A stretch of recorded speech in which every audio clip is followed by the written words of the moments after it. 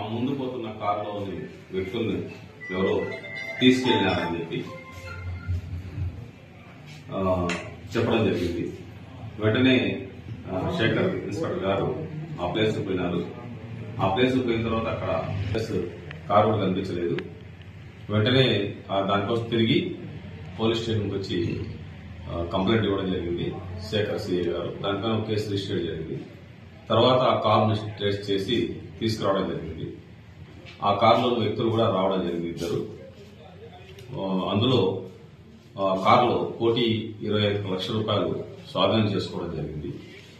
ఈ వ్యక్తులు ఎవరైతే ఉన్నారో ఇద్దరు వ్యక్తులు, ఆ ఇద్దరు వ్యక్తుల్ని ఎవరో పిలుచుకోపోయినారని, అందులో ఉన్న కొంత సొమ్మును తీసుకెళ్లారని చెప్పి వాళ్ళు చెప్పారు.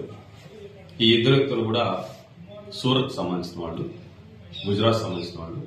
సో కాబట్టి ఈ కేసు నమోదు చేసుకుని ఆ ప్రాపర్టీని ఏదైతే డబ్బు ఏదైతే ₹1,20,00,000 ఉందో ఆ డబ్బుని మనం కోర్టుకు అప్పగించడం జరిగింది. కేసు దర్యాప్తులో ఉంది.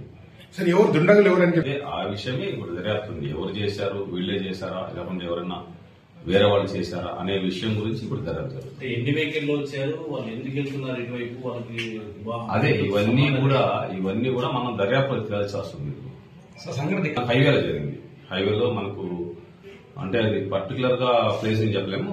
అది వచ్చి మన గోన్పేట రోడ్డు ఉంది కదా, ఆ ఏరియాలో మనకు హైవేలో జరిగింది.